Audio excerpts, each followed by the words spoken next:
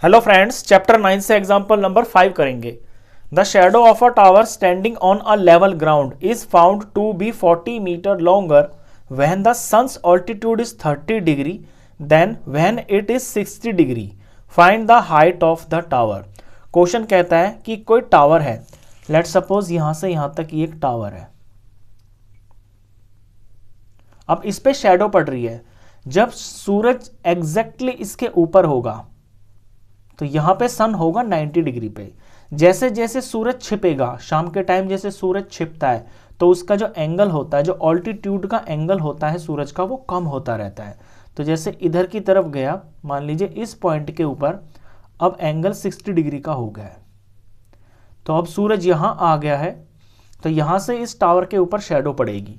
तो ये जो शेडो होगी वो देखिए कैसे तैयार होगी, बिल्कुल इसके स्ट्रेट। जब यहां से लाइट आएगी तो यहां से लाइट रुकना बंद हो जाएगी। ऐसे इतने एरिया में अंधेरा रहेगा और ग्राउंड लेवल पे यहां पे शेडो बन जाएगी, इतनी बड़ी शेडो। अब यहां 30 डिग्री की भी बात हो रही है। जब ये डिग्री सूरज की थोड़ा और कम होगी, सूरज छिपेगा शाम की तरफ और नीचे आएगा, मान लीजिए यहां पे आ गया है 30 degree.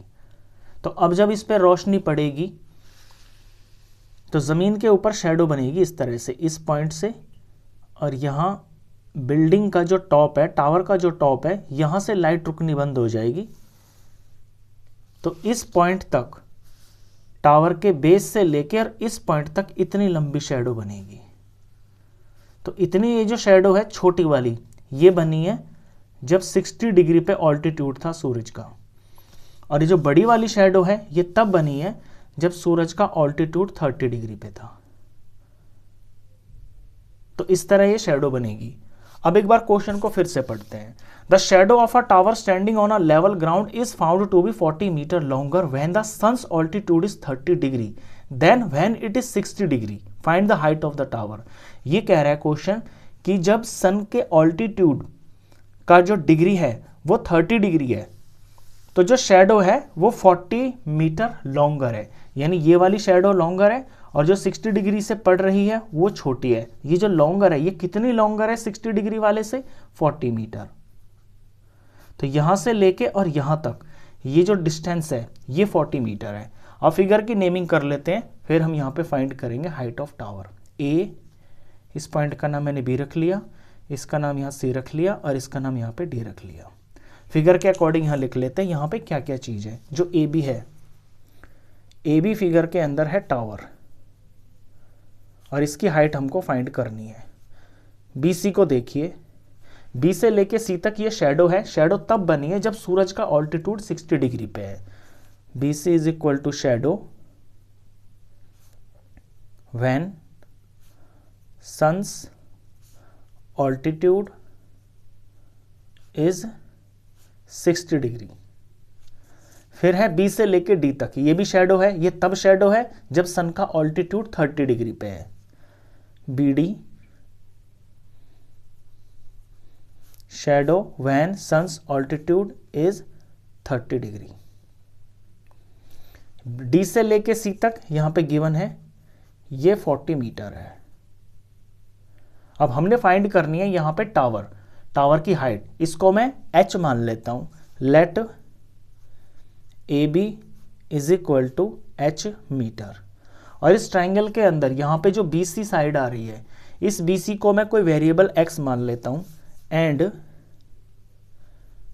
B C is equal to x metre. अब जब ट्रिग्नोमेट्री के अंदर आपकी इस तरह की फिगर बनती है ना, जिसमें एक साइड आपकी कॉमन हो, दो ट्राइंगल बन रहे हैं, ए बी सी छोटा वाला, ए बी डी बड़ा वाला। इन दोनों में ये जो ए बी है जिसको मैंने h मान लिया है, ये कॉमन साइड आ रही है। दोनों ट्राइंगल में बारी बारी से हम ट्रिग्नोमेट्री का यूज करेंगे और यहां से h की वैल्यू फाइंड करेंगे। तो नंबर 1 एक इक्वेशन बनेगी और नंबर 2 एक इक्वेशन बनेगी। इन दोनों को हम इक्वेट कर देंगे। तो पहले ट्राइंगल ले लेते हैं छोटा वाला ए बी सी। यहां 90 डिग्री का एंगल होगा क्योंकि टावर सीधी खड़ी हुई है। In right triangle A B C, A B C के अंदर बेस के साथ एंगल बनता है। तो यहाँ एंगल है तो ये बेस हो गया और ये हो गया परपेंडिकुलर। तो परपेंडिकुलर अपॉन बेस वाली ट्रिग्नोमेट्रिक रेशियो यहाँ पे यूज हो जाएगी। तो परपेंडिकुलर अपॉन बेस का हम यूज़ करेंगे। परपेंडिकुलर है यहाँ पर AB और बेस है यहाँ पे BC और एंगल दिया हुआ है 60 डिग्री का और परपेंडिकुलर अपॉन बेस होता है tan, यानी यहाँ पे हम लिखेंगे tan 60 डिग्री। AB को मैंने h माना हुआ है तो यहाँ मैंने h ले लिया और BC को मैंने x माना हुआ है, यहाँ पे x ले लिया और tan 60 की वैल्यू होती है √3। इसके नीचे कुछ नहीं है तो 1 लगा लिया। क्रॉस मल्टीप्लाई करके यहाँ से मैं h की वैल्यू निकाल लूँगा तो h is equal to √3x हो गया। ये मेरा नंबर 1 हो गया, ये इक्वेशन नंबर 1 हो गई है। इसी तरह बड़े ट्राइंगल को यूज़ करके वहाँ से भी मैं h निकालूंगा। अब ले लेते हैं हम बड़े वाले ट्राइंगल को। Now in right triangle ABD के अंदर यहाँ एंगल है तो D से B सारा बेस हो गया और ये AB यहाँ परपेंडिकुलर हो गया। तो परपेंडिकुलर अपॉन बेस इस ट्रिग्नोमेट्रिक रेशियो का हम यूज़ करेंगे। परपेंडिकुलर यहाँ पर AB और बेस यहाँ पे D से लेके B तक, ये हमने BD लिख लिया। और परपेंडिकुलर अपॉन बेस tan होता है, ये tan और यहाँ पे एंगल 30 डिग्री का है तो tan 30। AB को यहाँ h लिया हुआ है और BD को देखिए, BD को हम दो पार्ट में लिख सकते हैं।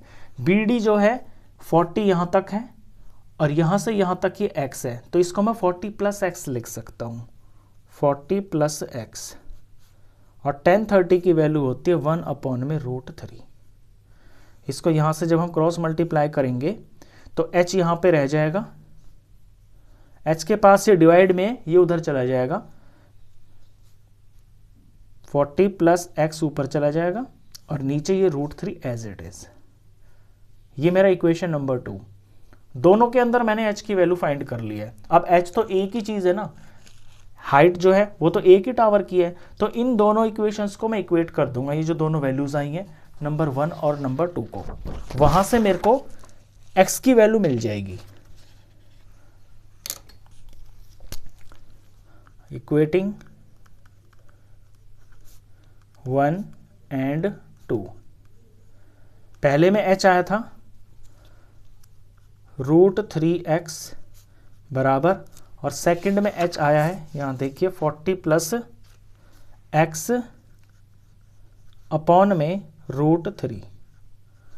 इसे सिंप्लीफाई करते हैं हम, क्रॉस मल्टीप्लाई करेंगे यहाँ से तो √3 × √3 3 हो गया और इसके साथ में ये x है। इधर में 40 + x 1 जार 40 + x हो गया। x को एक तरफ कर लें तो यहाँ 3x, ये x इधर आ जाएगा तो -x इज इक्वल टू यहाँ पे 40 रह गया। 3x - x 2x हो गया इज इक्वल टू 40, तो x की वैल्यू आ गई है 40/2 यानी x बराबर हो गया है 20। तो ये x 20 मीटर के बराबर है। फिगर में देखिए ये x है और ये आ गया है 20 मीटर। अब हमने तो फाइंड करनी थी वैल्यू h की, तो h की वैल्यू फाइंड करने के लिए ये जो x की वैल्यू आई है इसे हम इक्वेशन नंबर 1 में रख देंगे, क्योंकि इक्वेशन 1 में हमारा h is equal to √3x है। हम 1 में भी रख सकते हैं, हम 2 में भी रख सकते हैं। मेरे को ये छोटी लग रही है तो मैं इसके अंदर लिख देता हूँ कि मैं इसको 1 में रख रहा हूँ। Now putting value of x in equation 1 में है h is equal to √3x, तो √3 एज इट इज और x की वैल्यू आई है 20, तो इसका आंसर हो गया है 20√3। बुक में इतना आंसर दे रखा है लेकिन आप इसको आगे तक भी सॉल्व करना। 20 इंटू में √3 की वैल्यू आप लगा लोगे 1.73 होती है और इसको मल्टीप्लाई करोगे तो ये 34.60 इतना आ जाएगा। और यहाँ पे मीटर लगाएंगे क्योंकि यहाँ पे मीटर में क्वेश्चन चल रहा है।